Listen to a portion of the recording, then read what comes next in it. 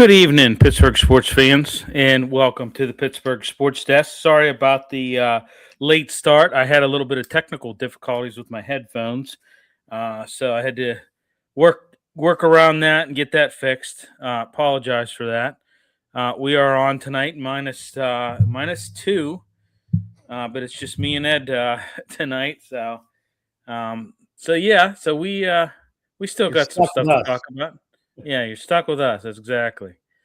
Um, yeah, Ed. I mean, just wanted to touch on some stuff here. Um, Want to get into Aaron Rodgers. You know, that's a big, obviously a big news topic around the Berg here. Also, with the Broderick Jones injury, going to be out longer than what we all had thought. Um, Team USA wins the gold. Want to get into that. Lot of people are fired up about that, including myself. Awesome job by Team USA. And then Penguins news, some grim news for the Penguins. Sidney Crosby placed on IR, minimum of 4 weeks. Want to talk about playoff chances? Does this hinder their playoff chances? And then Pirates. I want to do a tribute to Bill Mazeroski. Maz passed away over the weekend, and just a staple in that organization. Also, want to talk about spring training thus far. Connor Griffin assessment. He hit 2 home runs yesterday in the Grapefruit League. I know people are saying, "Hey, it's Grapefruit League," but still, though, And then just want to get your take, Ed, on whether these off-season acquisitions move the needle at all. That's topic for discussion. Pitt basketball tipped off here against Stanford just a few minutes ago. Talk about their slim chances of the ACC tournament. Talk about digging yourself a hole. I mean, this team has dug themselves a hole all season. Pretty pathetic. I don't see them. I don't see them making the tournament. Ed, do you? And no, they'd have to win the ACC tournament. I'm with you. That's the only way they'd make the NCAA tournament. Yeah, right. So we'll see. We'll see. We'll get into that. And then Riverhounds last week of preseason, starting the season soon. Ed and I will be covering that team. We'll be down there and writing articles and covering the team. Look for that. All right. Without further ado, let's get into it. Aaron Rodgers, is he coming back? Is he retiring? What's going on with that situation? Ed, I'm tired of the Schefters and all these people saying, "Oh, he could do this, we could do that." He's coming back, okay? Let's not. He's coming back. I think they've already talked. I think McCarthy has already had a sit down with him. He's probably told him, "Listen, I'm coming back, but let me just take some time to myself, and then we'll announce it. We'll announce it right before." Free agency, which is what I really believe we're going to get the announcement next week that he's coming back. I don't think that he's going to keep it dragging until free agency. It just doesn't make sense. Omar Khan spoke at the Underwear Olympics yesterday and said, basically, hey, the door's open for him. I don't know. Everything to me points to him coming back. Let's say you. I'm in agreement with you. Omar Khan did say that it's not going to be like it was last time. And I can't believe and we've talked about this before, if the Steelers are hosting the NFL draft and Aaron Rodgers is not on that stage somehow, somewhere, some way, that's a huge miss for the Steelers, right? So maybe they wait till draft night and say, he comes out with the thing and says, my team, which I'm playing, something like that. Maybe they make it theatrical, dramatic. I don't know. But I mean, you're right. All signs are pointing to that. I just hope, if I were a Steeler fan, I would hope that they use the draft to get another quarterback, because they have to go in the youth direction. This is it for Aaron Rodgers. I can't imagine he'd do it again. He said it last year, but I can't imagine he'd come back. I can't imagine they'd want him. Well, he's going to be 43 in December. Yeah. So the GOAT played till 44 and was still slinging it. But I'm with you. But Omar Khan did say it's not going to be like it was last time, because they noticed the difference, right? He wasn't there. He wasn't there to learn the Arthur Smith. The difference they have this time is he knows McCarthy's system like the back of his hand, right? He played in it for years. So, and it's also interesting if they go and get, it looks like all signs are pointing to a wideout in the first round. But if they go and get a quarterback, say in the second or third round, is Aaron going to pout at all, or what's his reaction going to be? Is he going to be a professional? That's always up in the air. But I'm with you. All signs I think are leaning toward him returning to the team. Yeah, I mean, there's a very minuscule chance that he retires, and he is not going to Minnesota. Schefter reported of that. I mean, listen, Schefter, he's the guy really gets on my nerves. He was the one that Aaron Rodgers told to lose my number, right? Didn't he? He was, yeah. I mean, that's the thing. Like, how much of a pulse in this does he have? I mean, really. I mean, I think he has. He talks to other people. He's got a very good insider network. I don't see that's people hoping. Maybe he's talking to people who are hoping he goes. Which is the difference from him going there, right? Right. Yeah, I just don't see that happening. I mean, they gave the Ferrari, the keys to the Ferrari to that young kid, and which was stupid. How many times have we talked about that, Bill? Really dumb. I mean, I mean, really dumb. I mean, you want to talk about a team that was on the upper trajectory that has now kind of peaked and is now going down, so to speak, going down trajectory. Listen, I think McCarthy plays a big role in this as to why he's coming back. I've said it before. How many times have I said it? I can bring up the news, the interview. He was interviewed by a reporter his second year with the Jets in camp, and they asked him who would you want to play for again, what coach, and he unequivocally said Mike McCarthy. Mike McCarthy, no doubt about it. I'd love to play for him again. So, I think that this is going to be a big, it's going to be a big selling point for him to come back. I just, and I just don't see him going to Minnesota. I just don't see them. He's not going to do that. He's just not going to do that. So, not going to happen. But, all right. Anything else you want to talk about with A-Rod? I mean, let me ask you a question. Go ahead.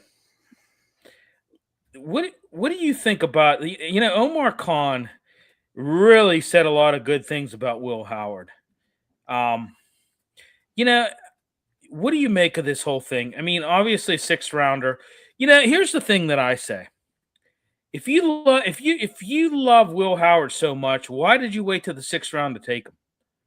If you're just talking him up like he's the greatest thing, why did you wait till the sixth round to take him? And why did all 32 teams pass him? Yeah, and why do all 32 teams pass on him? I mean, here's my take on Will Howard, right? He was average. He was average at Kansas State. Got chased out of Kansas State. Went to a team that spent $20 million, had a pro offensive line, incredible wideouts, had a great defense. I mean, there's no knocking the kid. I just don't think he has the escapability that this kind of pro quarterback these days needs to have. He wasn't that flexibly athletic. And by flexibility, I mean hip switch and quick twitch muscles. He just wasn't that person, right? So I think honestly that I don't have a read on the dude, right? Yeah, I don't have a read on the guy unless they put him. And here's the problem: he's never going to get live reps. How do you give him live reps, right? I mean, you don't need. Aaron needs maybe a week or two to get ready. I mean, if you want to put him ones versus ones in a preseason game, but then again, it's not like preseason's so hard to gauge. Since there's fewer games, right? Right. So that second game, if he goes live against live, say Rodgers gets the first game, he takes his quarter. You give the young kid the second game, and you give, Mason the third game. Maybe they do something like that, and you'll be able to see exactly what you have in the kid against some professional football players. But if you don't do that, it's just mere speculation, right? Right. Yeah, I mean, I don't know. I mean, I'm all for giving the guy a chance. Don't get me wrong. I'm all for giving a guy.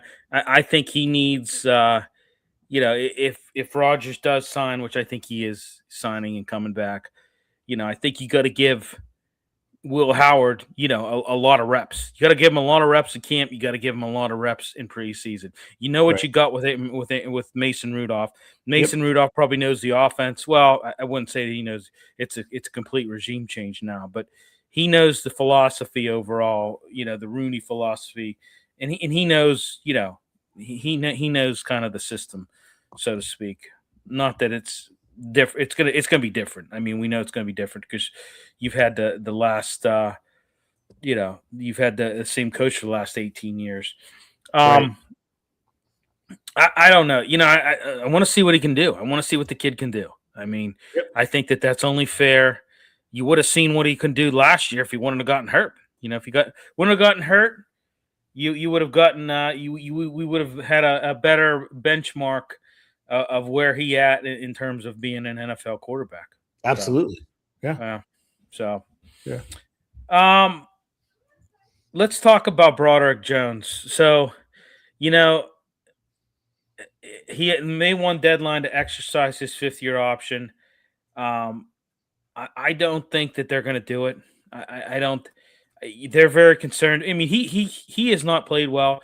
He has kind of been a bust, I would say. Would you say that he's been a bust?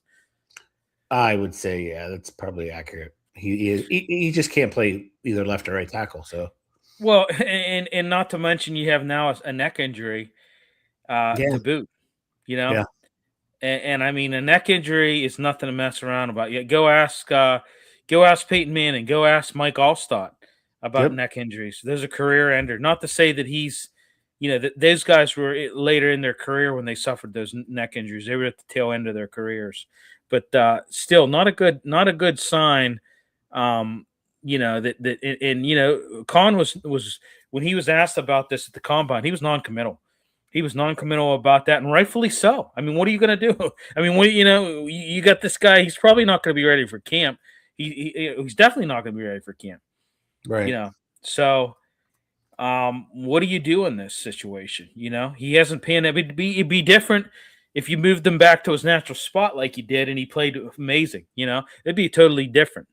This could be kind of overlooked, but I mean, I'm just kind of like, what I always say, the juice isn't worth the squeeze. And I'm going to say this, Dylan Cook stepped in and played well last year.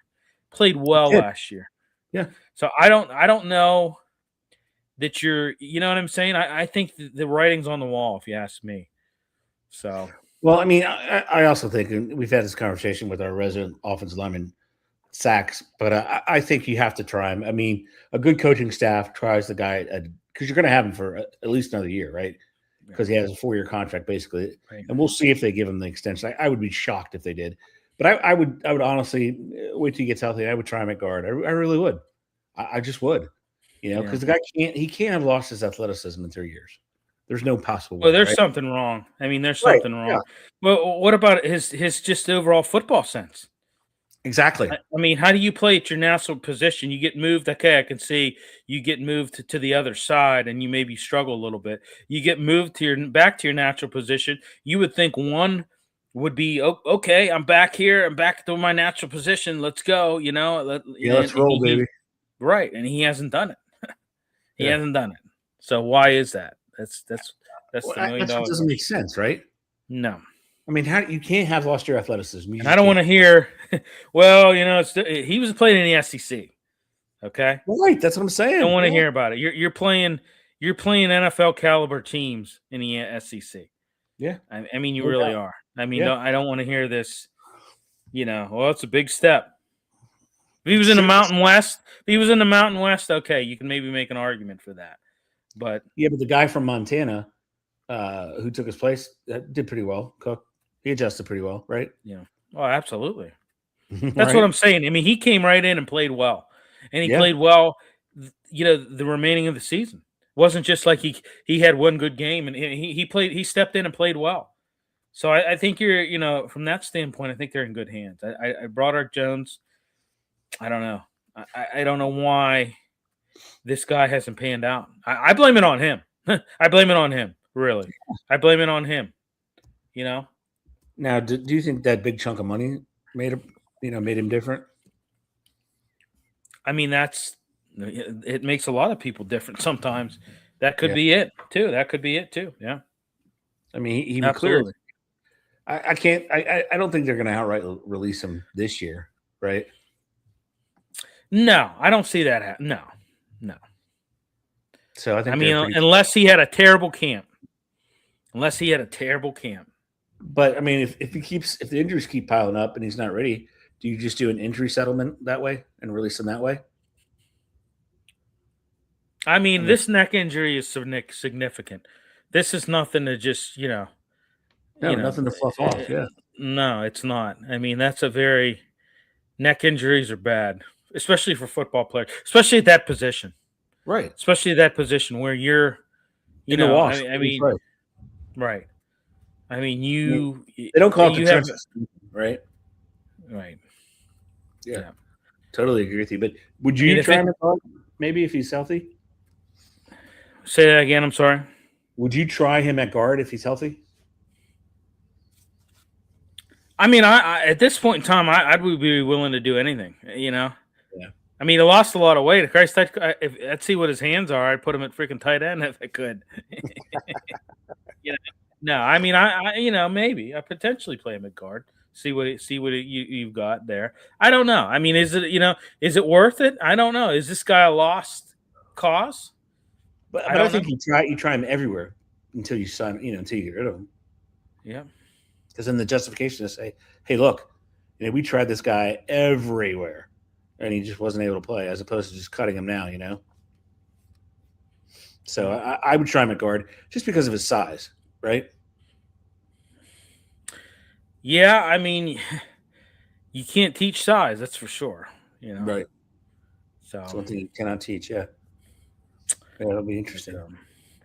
All right. Anything else Steeler-wise? I think we're pretty much, I don't know. Well, I think it's going to be interesting. The league year opens up here in about 2 weeks. Yeah. I just want to see, if they're going after any free agents. That's going to tell us a lot about the team. Yeah. Excuse me. Yeah. So, I mean, hopefully they use those picks to go up and down the draft. Is what I would do. I mean, do you agree with me with the whole thing with Rodgers? Do you agree we're going to get it? More than likely, he's going to decide by next week. He's going to decide before the 11th. I'm guessing, right? Don't you have to? I mean, I would think you would have to. Yeah, I would think you would have to. I would think that would be their timeline. Right. And I think they have. I mean, I know if I was Omar Khan, that would be my timeline. Like, hey, we got to know by free agency what your plans are. Yeah. Otherwise, you're screwing us. Yep.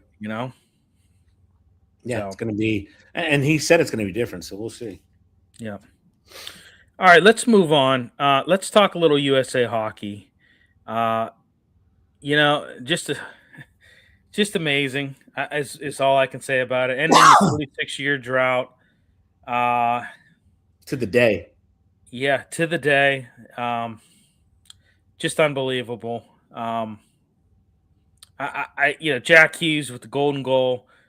Just under 3 minutes into overtime, he gets that golden goal. Connor Hellebuck, just amazing. Stopping 41 of 42 shots. He was just amazing. What'd you think? I mean, what'd you think? He was the only reason they won the gold. The guy played on his head, like they say in hockey. I mean, some of the saves were just incredible. The one right in front of him that should have been a goal, where he leans back with his stick and is lucky enough to direct it to another Canadian player who missed the easy tap in. So, I mean, Canada is very, very sour because they thought they should.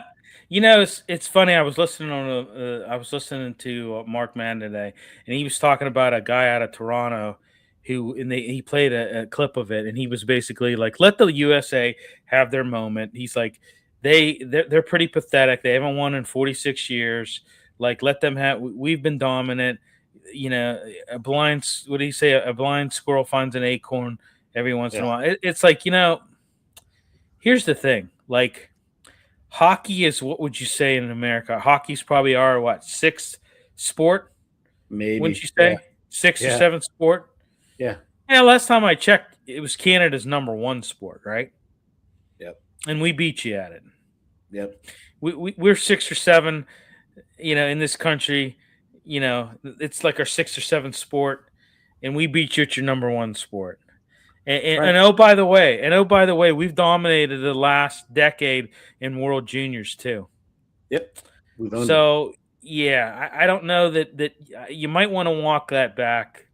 I forget who it was. He was out of Toronto, but you might want to reconsider that, because I mean it's that's kind of inaccurate when you really look at it. Yeah, totally inaccurate. I mean, they're just heard about it because they believe they should have it all the time. I mean, and that's why nobody likes Canada, right? I mean, if people liked Canada, they'd root for them, or they're just arrogant, and they think that since they quote unquote thought they created this sport, they should dominate, and that's just not the way it works, And you don't really want that either. I mean, the global expansion of, take basketball for instance, it was all due to the NBA, and this Olympics and Summer Olympics, we're gonna have a tough time with France, for the gold medal. So, honestly, and I've told people this all the time that get on and they start to trash talk. We're in the middle of Six Nations, which is the elite rugby tournament of the world, right? And the Americans. First of all, the 15s. If we put 15 athletes out there from the NFL, we'd never lose, and I mean never lose, right? We're so much more athletic than everybody else, and you could see in our sevens. In our sevens, we had a couple guys who never even made it to the NFL, played college football, and they dominated. We were number one for a while until the Olympics. So, I mean, there's all that stuff. Canada can talk all the trash they want. They won the Four Nations, right? However, we didn't complain that we didn't have Matthew Tkachuk or Flynn Hughes, and we were missing another starter. And you had to go to overtime to beat us, right? Right. So no whining about Crosby. I agree. It was at its very best, it was a questionable hit. I think it was closer to dirty than questionable. So, and the Americans didn't do it. Yep. Right? The Americans didn't do it. Yeah, so. It was to check. Yeah, it was Ratko Gudas, that son of a bitch. F right, him. I hope he gets. I hope somebody turns him into a vegetable. I hope he has to suck applesauce through a tube.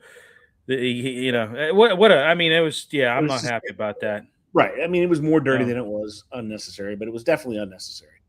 Completely unnecessary hit. So, I mean, don't whine at us. I mean, we won fair and square. There was no ifs, ands, or buts. We won fair and square. We had a better goaltender. Bennington did not play well all tournament. Period. He hasn't been a good goal. I mean, he's had his moments with the Blues. He's been terrible with St. Louis. I mean, overall he hasn't. And he's got some emotional issues too. The guy kind of reminds you a little bit of Hextall. Not as bad, but he's had some issues on the ice where he can't control his emotions too well. Connor Hellebuck was just amazing. He was. I love the emotional tribute. Everybody with the number 13 jersey. They brought Johnny Gaudreau's children out on the ice, which I thought was great. You looked at his wife in the stands; she had tears in his eyes. I thought it was just wonderful. I love Jack Hughes' comments. The funny thing is, I also read Madden he had a post on Facebook today talking about how he knew our country was going to ruin it. He knew it. He knew that they were going to turn it political, and that's what they did. Well, you know what? I'm going to say this because you opened up the Pandora's box, and I am so sick and tired, and folks out there watching, comment on this too, because I'm hoping you're with me. I am so sick and tired, and this has been going on for a long time. I'm tired of getting politics shoved down my throat every time I want to watch a sporting event. I'm sick and tired of it. Yep. People do, I get away. I watch sports to get away from all that BS, and I'm so sick and tired of everybody turning everything into political. If you care that much about politics, maybe you ought to go and I'm just so sick and tired of this. I'm so sick and tired of this. You want, exactly. You knew that this country was going to ruin it by politics. We can't effing help ourselves. We have to make everything political. They have to just, bend you over and F you with the big political dong. They just have to do it, and I'm getting so sick and tired of it. I'm so sick and tired of it. Well, it's also people that don't regularly watch sports, because we all watch sports. Exactly. We just want to escape from reality. I'm fired up. People do tons of, things. And here's the thing that, most people, I'm an avid, so are you. I'm an avid U.S. women's soccer fan, avid U.S. women's hockey fan. Love our basketball team. I watch it all. I can't get enough of it, right? Right. And they can't understand, and it all comes down to this, if you're a man, you're just hated. You're white. It's just it's so boring. What it is, it's just boring. Yeah. It's like a couple kindergartners who won't shut I'm up. so sick and tired of it. You get people get, and this is on both sides of the political spectrum. People watch sports to get away from the politics. They don't want to. They don't want it shoved down their effing throat all the time. They don't want it. Okay, By the politicians people or could the get athletes. correct. If you could get that through your effing head, I think you'd be better off. I think you'd be the sport for the good of the sport. You're turning people away from sports by doing this. Okay, Absolutely. you're doing. I don't give it. You can say whatever you want to say. You're not a political crusader. Stop the bullshit. Stop it. Right. Stop it right now because you're ruining sports by doing this. Yeah. And I'm so sick and tired of it. I'm just so effing sick and I'm not the only one. I'm not the only one. Tons of people are turned off. I don't know why we can't get past this in this country. I don't know why we can't get past, we have to have politics. And I'm so goddamn sick and tired of politics. Yep. I really am. I'm so sick and tired of it. Yeah. And I'm just like, and it's infiltrating in the sports in every facet, just stop it. Enough is enough. Okay. We don't want to see that bullshit anymore. Just stop. Just stop. Yeah. Totally agree. There's just no reason for it whatsoever. No. It doesn't. Yeah. I mean, we'd probably be wrong to not mention the women's team that secured their third Olympic gold as well. I mean, and if you talk about Hellebuck, the women's goalie, she stopped. Yeah. I mean, it was like 99 out of 101 or 100 out of 102. She was phenomenal, absolutely phenomenal, and they dominated the games. I mean, the only thing that hurt them and the reason why they got behind Canada is because they beat them so badly, 5-0 in the prelims. They didn't really take Canada seriously because they dominated them. But they got Poulin, their captain, back who didn't play.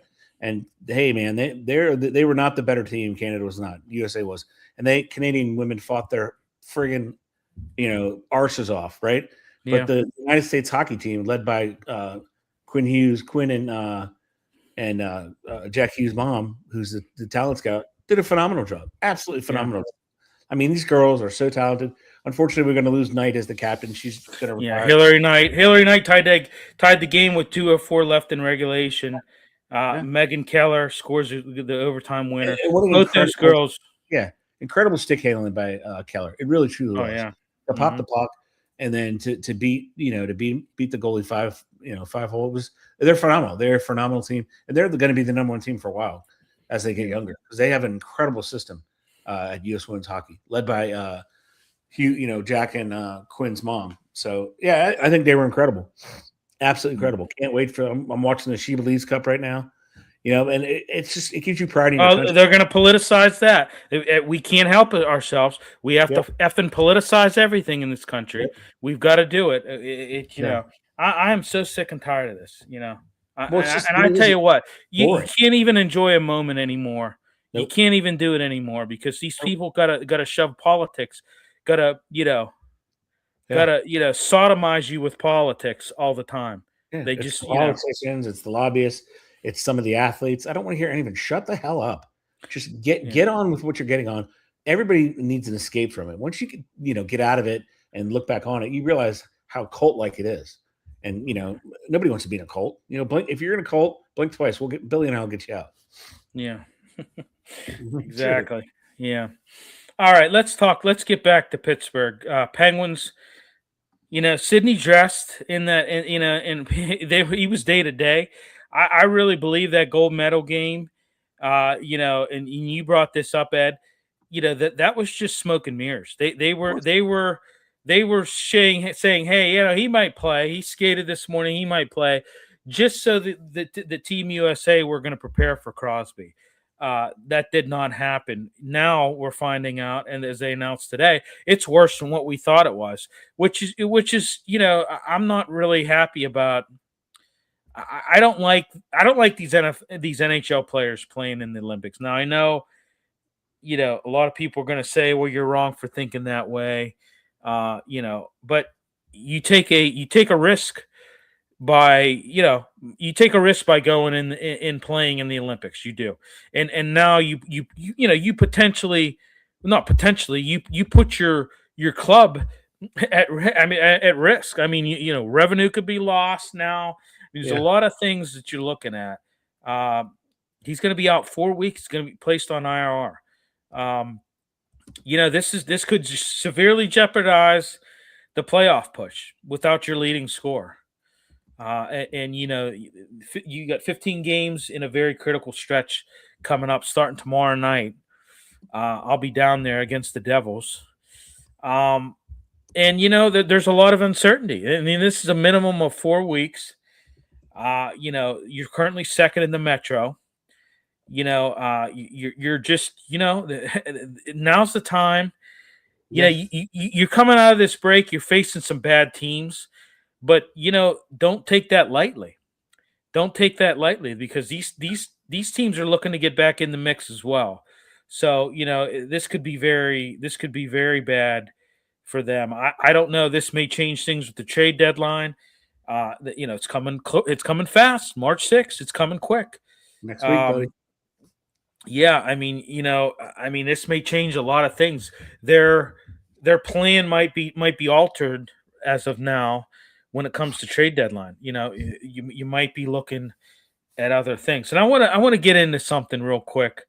Who do you think needs to step up in the absence of Crosby? I'm going to give you some of my guys who I think needs to step up. You tell me if you agree or if I need to add anybody. But I think when you really look at it, he's had a good year this year, partly because he's been paired well with some of the guys on his line, and that's Evgeny Malkin. I think he's going to elevate his game. I think he's had a good season, and I think he's gonna lead, the top 6 forward group. I think he's going to lead it. I think he's the one that's going to step up. He's done it before when Crosby's been out. He's elevated his game. I think he realizes what's at stake right now, and I really believe Malkin's the guy that's going to really, come out in full force coming out of this Olympic break. Another guy was Rickard Rakell. You're probably going to take over. You're slotted to probably take over as a top line center, which means you're going to have to center, being that he's a right winger. Well, they could. Yeah. They could very. I was hearing that today that that's in the mix, that could happen. Another guy is that Avery Hayes, that new kid, called from AHL. Yeah, he's probably going to get. He's showed what he can do. He's probably going to get in a top. He's probably going to be put in a top line role. What about Ben Kindle? Ben Kindle's another guy. I mean, he's going to be thrust into a larger role. 18 years old. He's going to provide you some energy and depth. Yep. Yeah. I think Brian Russ and Anthony Mantha. I think both those guys. Those guys are 2 veteran forwards, and they're going to be crucial in providing secondary scoring. Okay. Correct. And the veteran leadership to boot. Because you're down your captain. So what do you think about Novak, Tommy Novak? That's another guy too. That's another guy, who is really he showed some promise. I think that's a good one, Ed. I didn't have that on my list, but that's a good one. I missed that one. So I mean, they also need they need lights out performances from the goalies, right? Well, I know it's been thrown around about potentially trading Stuart Skinner. Would you do that? Would you trade him and bring the Russian up? You think he's ready? He probably is. If I could get something back that I need, say depth on the blue line, or say another, a third line center, because Crosby's eventually coming back. If I could get something like that for him, I think I might do it. Because I think you just bring the kid up. Why not? I don't know. I just the veteran goaltending, the guy's been in the finals. I don't know. I mean, I just don't. I don't know that you want to lose that. I don't know. What about everybody out there watching? What do you think? Should they get rid of? Should they try to move Stuart Skinner? It's an It's interesting, tough, and that's why I said that this changes everything in your trade deadline. right? This changes everything. Because you need a rent a player for 4 weeks, right? Or 3.5 weeks. Because by next week it will Well, be 3 weeks. I think he could be back sooner than this 4 weeks. I really believe it. Well, the thing is, you only get lower body injury. You don't know what the actual injury is, Right. right? So, Well, I have my. I think it could be a sprain, an MCL sprain, is what I'm thinking it is. What do you yeah, I mean, think? I don't think there's any harm in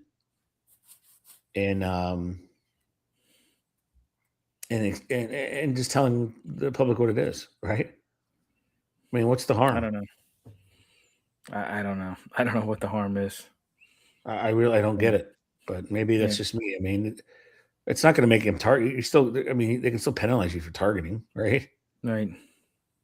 So, yep. I don't know. But you're right. It does change their. Well, it should change their plan. Their plan going into free agent or the trade deadline. Right. But yeah. I mean, it's just I like I said, I was afraid that this was going to happen. When I saw it, I was like, oh boy. And then you had a little bit of false hope. You're hearing, oh, he's day to day, and you're like, oh, we dodged a major bullet. Yeah, but I wholeheartedly believe that was just to throw the scent off. I mean, anybody can skate in a straight line. I mean, was he hitting the corners? I don't true. know Yeah, that's true. Yeah, changing direction can be an issue when you have that type of injury. Any injury to your knee, change of direction is what it is, right? Yeah. So until we know the exact injury, it's only going to ever be speculating. Yeah. Well, I don't know. It's going to be interesting to see how they bounce back and how they come out of the gates here at the break. You're starting tomorrow night. Your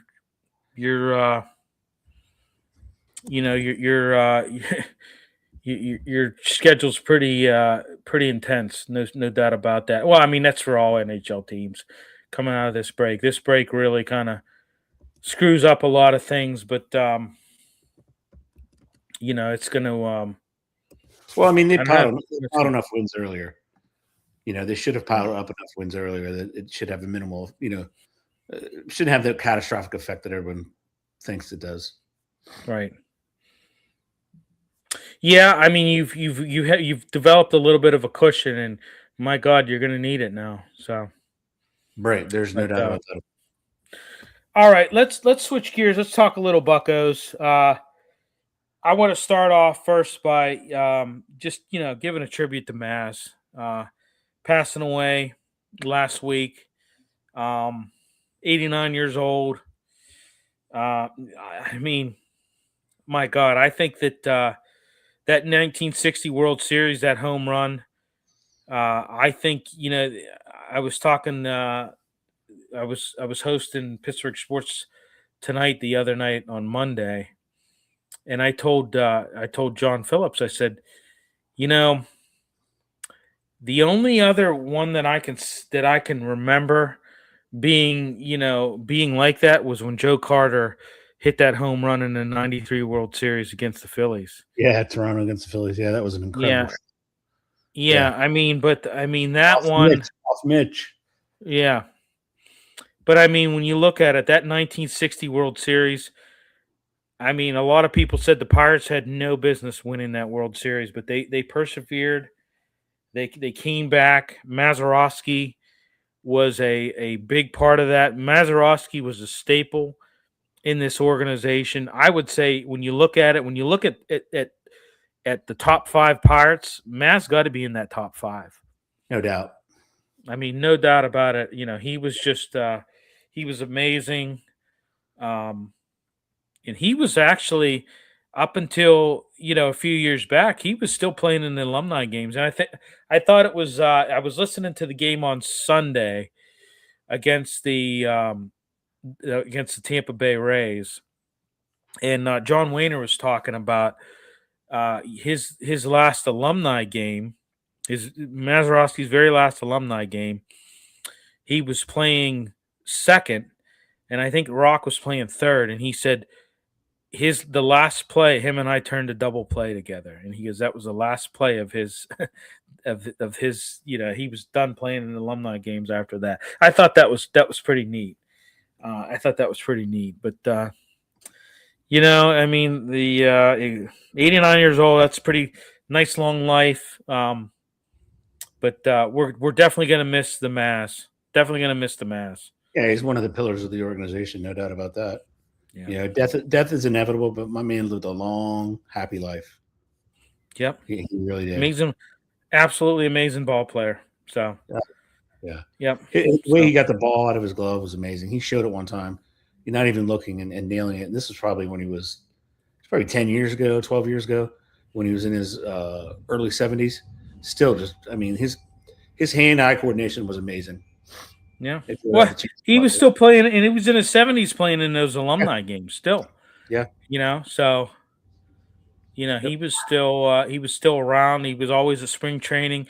He was still around, making his rounds, and I'm sure people in the organization leaned on him for advice because he lived it. He experienced enough in Major League Baseball to offer a lifetime of advice, really. So, Absolutely. but salute the Mavs. All right, let's get into some Pirates talk here. I got a list of questions here that I want to pitch at you, and I want you to see what you think about them. So, number one, obviously, we saw what they did in the offseason with O'Hearn, with Lau, with Ozuna.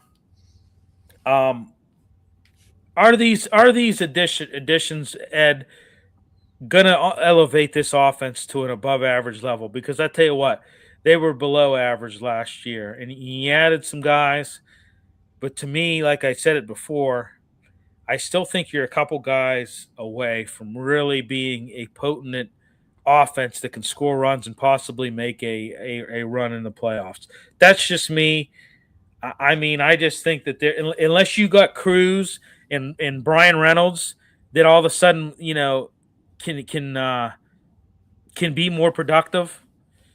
It can be like all-star production. I maybe, but to me, I don't know that this I mean, I think it's going to move the needle a little bit when it comes to wins, because I think they're gonna. I'm predicting they're gonna win like 83 games this year.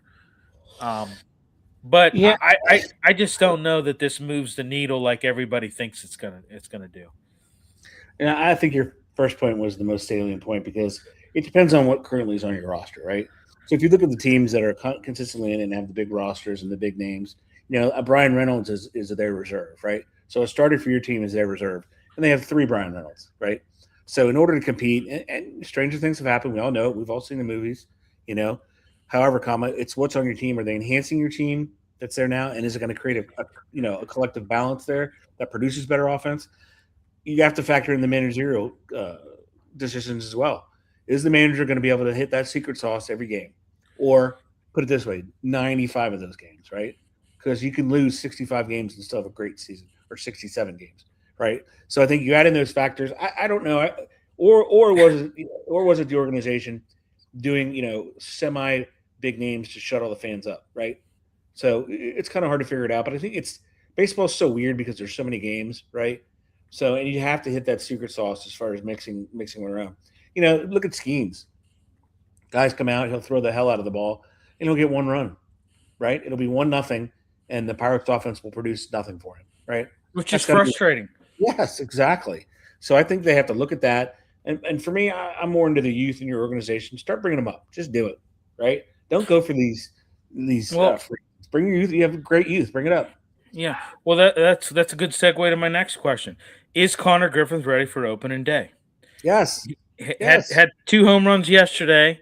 Right. Considered one of the most exciting talents in the organization since Barry Bonds. I mean, that's right. What they're saying. I mean, that's just not me talking out. Yeah, that's not just me talking out my ass. There's a Right. lot of baseball analysts that aren't in Pittsburgh that are saying, "Hey, this kid is." One guy compared him. I forget who it was. It was oh, I forget who it was. He's a top writer. I forget who it was. God, I had his name on the tip of my tongue and I lost it. But he compared him to Willie Mays, if you can believe Oh yeah, I that. remember reading that. Yeah. Yeah. Um, I listen. I don't know. I mean, I don't know what the. Some people say, hey, he needs a little time in AAA. You know, But didn't they? that's more the organization, dude. They did the same thing with Skeens. They wasted his talent down there, because of the way they want to do their finances and the Well, way that goofy thing in baseball. I look at it like Mike Trout. They didn't really waste a lot of time bringing him up back in the day. Nope. I remember that. Yep. And they were kind of like, hey, he's showing that he's mature and that he can handle this. But why not have him up here? What's the uh, you know I don't know. Well, here's what you're going to get from somebody who calls or who will call themselves a purist in baseball. Look, they're going to say you could ruin the kid. I think that's utter BS, right? You can't ruin somebody by allowing them to play a professional sport. That doesn't exist, right? The maturation process has to start at some point. It just has to, right? So Right. why not do it now? Just get it over with. Allow the mistakes because there's always going to be mistakes. And guess what? You're going to get mistakes from 10, 12-year vets as well, right? Right. Go to the youth movement. It's better for the fan base. It's better for the organization. It's just Well, depending. Go ahead. no, go ahead. Finish your point.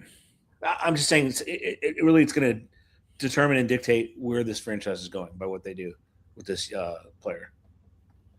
No, I mean I totally agree. I mean I think this guy's an exception to the role. Yeah, he's 19 years old, but he's a hell of a shortstop. The guy can hit. Yep. He's got amazing range. 6'4".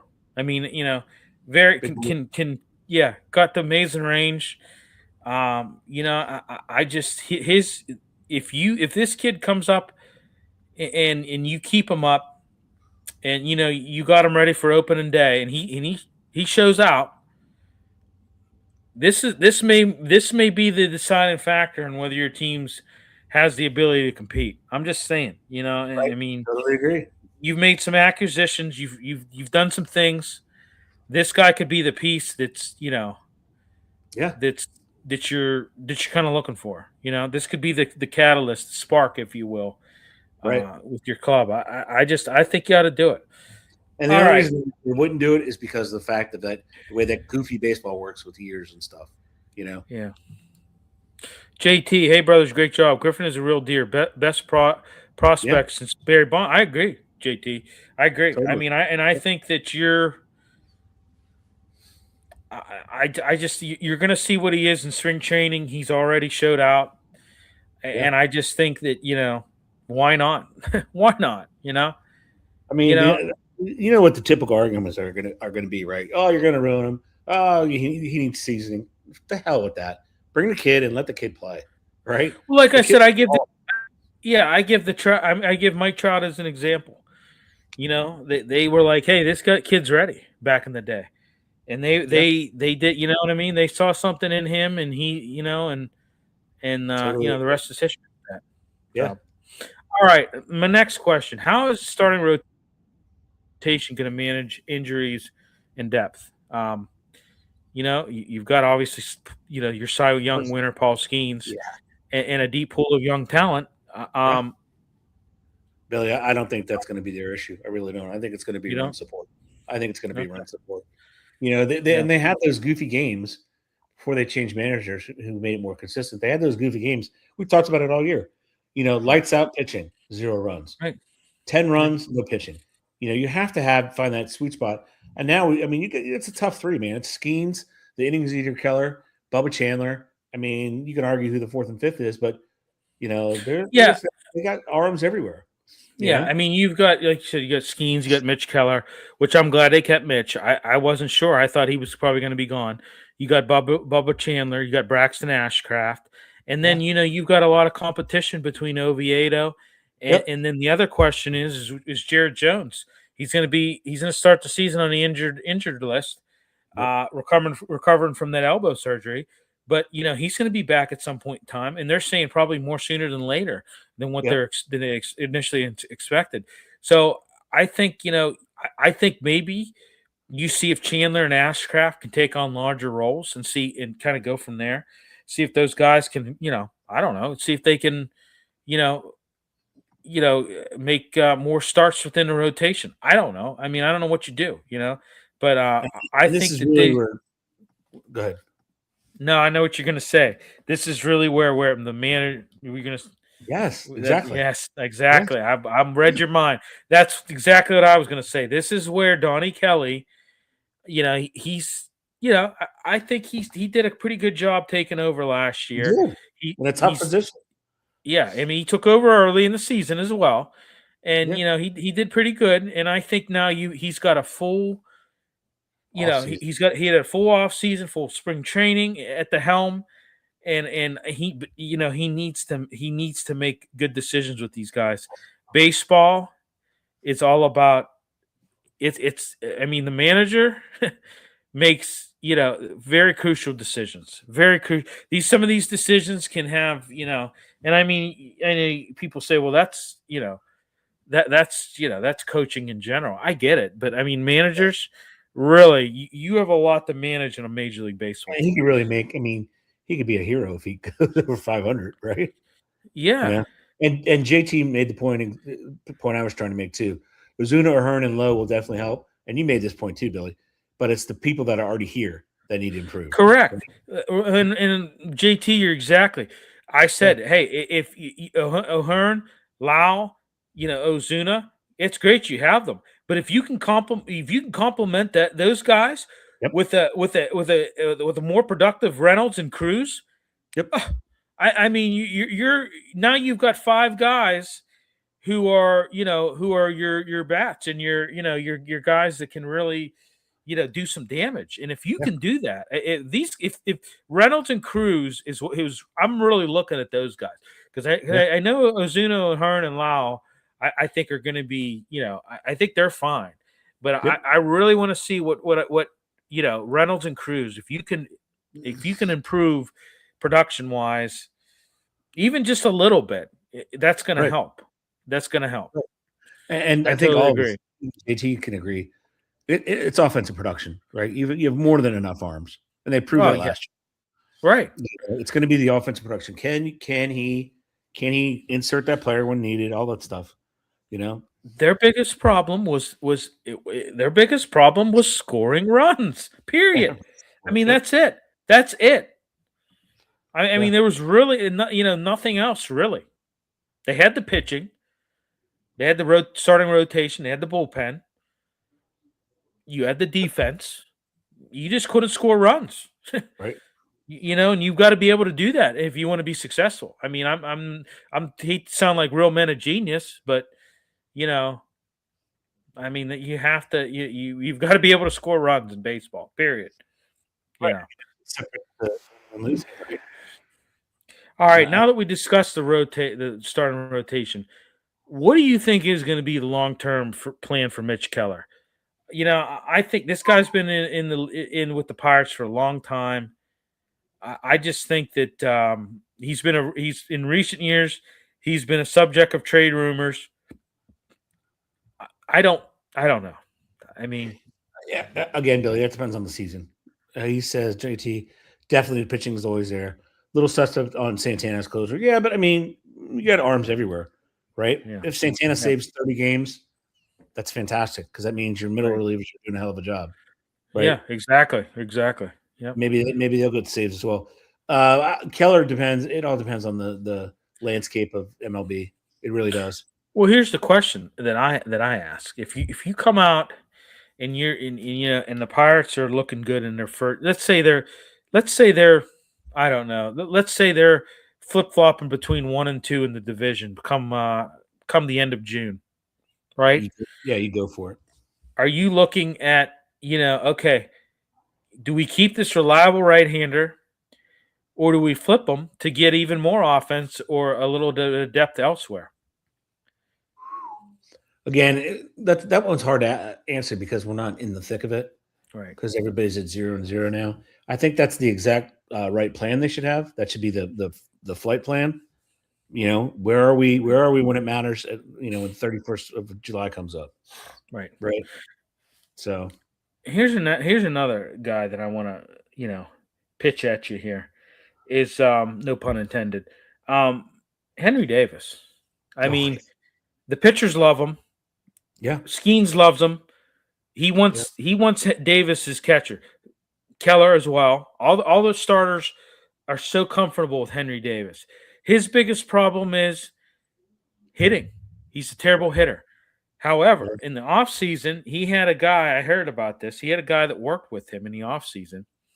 So what I understood was basically they had a machine that has it was like it you step into the batter's box and it was like a mat that they put down. And what it does is you step on that mat and you would it's like a batting cage and you step on that mat, and what that mat does is determine how much weight where your weight's distributed. yep, Okay? And what they said was when he had first done that, he had 90% of his weight on his back foot. And I wish we had Mac on here tonight because from a golfing standpoint, if you have 90% of your weight on your back foot, you're not going to be able to hit a golf ball. nope, I can tell you that. yep, That I think was the biggest problem. What they're saying was that that's been corrected. That he's corrected that. 90% of your weight on your back foot as a hitter is not right, good. It's right. just not good. That's probably I would say a big portion of his issues at hitting. I Yeah. would say, so It's just I mean, that's a great point with the technology coming in. They can freeze frame every movement you have, and you don't want to be sitting back. I mean, there's some power hitters that sat back, but generally they want to be on their toes and able to cover the plate. So yeah. I mean, this is just he's a beast. Yeah. I would keep. All right, him. what's Pitt doing right now? Do we know? Yeah, 34-32, they're winning against Florida State. Against Stanford. Oh yeah, it's a tree. I thought it was a tomahawk. It's a tree. Yeah. All right, let's talk a little Pitt basketball to close everything out here. What do you think? I mean, it's trying to stay in the mix for the ACC tournament.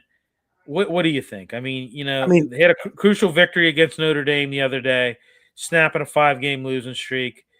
What are you looking at with this? I mean, if the season ended, they said if the season ended, on Saturday, they said Pitt would have been, they'd have been fighting for one of the final seeds in the 15 team ACC tournament. 8, 9, 10, 11, 12, 13, 14. I mean, you have a challenge in stretch. I mean, you got Stanford tonight, you got Cal, you got Florida State, then you got a finale against Syracuse, and you would likely, I would think, need to win 2 more, even to be thought of about securing a spot in Charlotte, right? So probably 3 in all honesty. Yeah, you got to sweep it. So do they drop the last 4 or last 3? I don't know. Yeah, they have 19 teams. So I think Brandon Cummins, losing him was bad. I mean, that was really, there's been some things, but I mean, he has to go. It comes down to this. And this is probably a challenge for many college athletic teams. Are you going to be a player or not? If you're not going to be a player, just don't spend any money then, and everybody will know, right? But don't dip your toe in here, dip your toe in there, and think you're going to be a player. If you want to be a player, you got to spend money, period. That's where we are in this day and age in collegiate sports, right? And I think everybody would be fine if they just came out and go, you know what? We want to focus on academics, and we're not, we're putting no NIL. Fine, great, right? But don't act like you care about the athletics then, Right, exactly. They have to get rid of it. He has to go. Yeah, I agree. The ACC tournament, I don't know. I don't know either. We'll see what they can do tonight. I mean, they can win tonight. That and then they maybe can squeeze a couple more wins out with this final stretch. Maybe, but they're fighting for that last seed. That's for sure. So yeah, I didn't realize they dropped that many people out. Yeah. All right. So the Riverhounds are starting. Yep. Final week of preseason. We've got Friday. They've got a game against West Virginia and Highmark, and then they play Pitt Saturday, and then that closes out the regular season, folks. They're starting. They're starting soon, beginning of March. Ed and I will be down there covering the team. Look for our articles. Look for our pictures. We'll be doing all that. Look for our interviews. We'll be doing all that with Streampunk Sports. So look for that. We're excited to get this. Your defending champion Riverhounds are we're excited to get this season going. So Yeah, it's gonna be all awesome. right. Anything else, Ed? I think we're good, brother. Okay. All right. Hey, thanks everybody for tuning in, and we will talk to you next week.